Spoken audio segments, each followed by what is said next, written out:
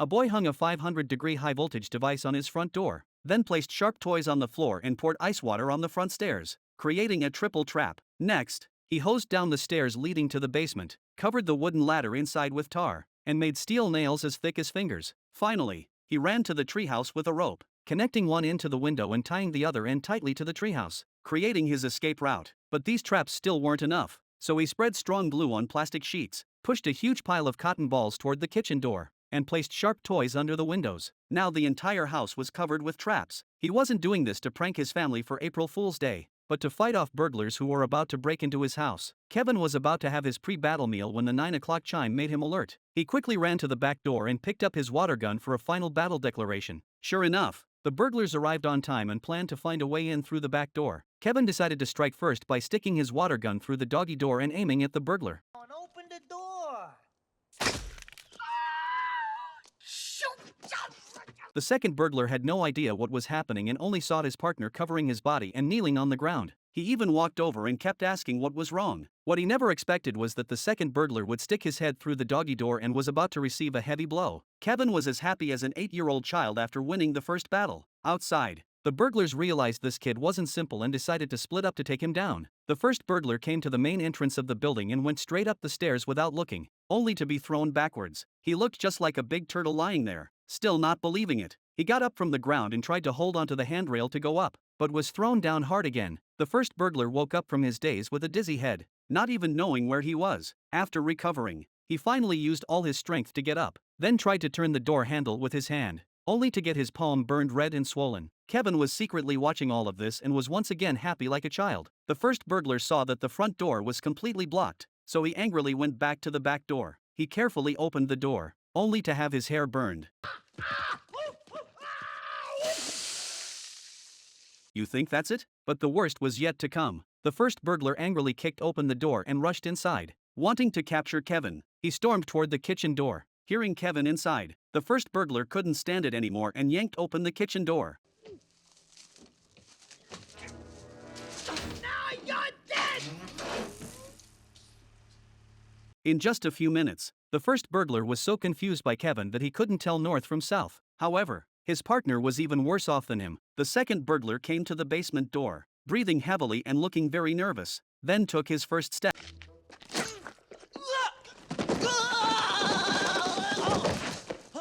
His head was buzzing as he slowly got up and used an iron hook to support his body, curiously trying to see what was inside, but his vision was blocked by a layer of gauze. After trying countless times, he finally steadied himself and used the iron hook to pry the door with all his might, but couldn't open it no matter what. After all that effort, the door wasn't even locked. He tiptoed into the basement, feeling it was too dark and scary, then saw a light bulb in front of him and pulled it gently without saying anything.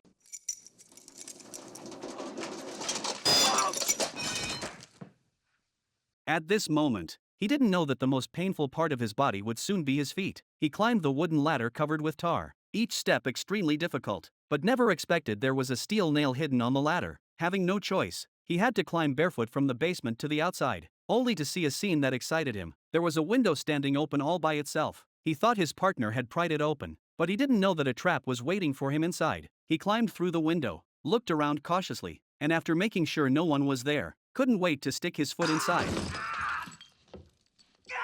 It must be said, his foot really hurt. He angrily endured the foot pain and walked into the living room, only to see an extremely funny scene. The first burglar not only had a weird hairstyle but was also covered in feathers, just as the first burglar wanted to take his anger out on his partner. Here, you morons! Come and get me! Kevin made things worse by taunting them crazily, making the burglars want to go up and catch him. The first burglar couldn't stand it and stepped on his partner's body to rush upstairs, but Kevin had already set a trap there. Don't worry, Marv, I'll get him for you! Kevin didn't dare stay long and quickly ran toward the attic after testing the rope's elasticity. The two burglars realized the kid was about to escape and quickly crawled off each other, carefully climbing upstairs. You think this is the end? But the worst was yet to come for both of them. There he is! No! Yeah! I got you! I got him, Harry!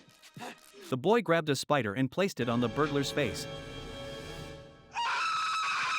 The boy broke free from his restraints and ran toward the attic. The second burglar was so scared that he threw the spider off his face, but it landed on his partner. The second burglar quickly picked up the iron hook from the ground, planning to kill the spider with one strike, while the first burglar looked confused. The second burglar had already raised the iron hook with full force. This blow almost seriously injured the first burglar. Unexpectedly, the spider was very agile and successfully escaped. The first burglar wasn't having any of it, and after teaching his partner a lesson, quickly told him to chase the boy who had just escaped. But they didn't know that an even bigger trap was waiting for them ahead. Meanwhile, Kevin had already reached the attic and planned to escape to the treehouse across the way using the zipline. But seeing the ground several meters below and the rope over 10 meters long didn't scare Kevin at all. Instead, he bravely climbed onto the dangerous window, took a deep breath, and fearlessly slid across. This crash made Kevin's head buzz, but the danger wasn't completely over yet. Just then, the two burglars had caught up, but seeing the kid in the treehouse across the way, they didn't go downstairs to catch him. Instead, they decided to slowly crawl across the rope.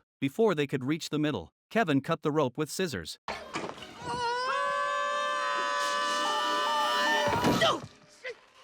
These two burglars were really simple-minded. A perfect match. Kevin didn't dare waste time and quickly ran toward the neighbor's house. Seeing this, the burglars also took off running after him like crazy. Kevin didn't go through the front door but planned to enter the house through the basement. But he didn't know that behind the door wasn't a safe place. Hiya, pal.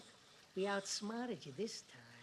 Get over here. The burglars worked together to catch Kevin and started planning how to torture the kid in front of them. Kevin was so scared his eyes went wide. Just as the burglars were making threats, big boots appeared behind them. It was the homeowner, who was approaching step by step with a big shovel. Just as Kevin was about to be hurt, at the critical moment, the old man struck down with his big shovel. The old man handsomely and easily dealt with the two burglars and quickly rescued Kevin. The old man was always reliable. With this, Kevin's battle with the two burglars came to an end. The police who arrived that night took away the two burglars, and all the credit belonged to Kevin's courage and wisdom. That night Kevin was both happy and worried. He was happy that he had defeated the burglars with his own strength, but worried that he would spend Christmas alone this year. The next day Kevin slowly woke up from his sleep, but was surprised to smile at what he saw. The table was full of various Christmas presents. This made Kevin think his mother had returned, and he excitedly went downstairs without even putting on shoes, just to see his beloved mother. But the next scene made his mood drop to rock bottom again. The house was still quiet with no one there. Kevin's thoughts slowly became confused. He sighed and turned to leave, opening the door. The outside was already covered with snow, adding another thick layer to the desolate atmosphere. Just as Kevin closed the door and went inside, his mother's car arrived home at the same time. Kevin, who was looking at the family photo,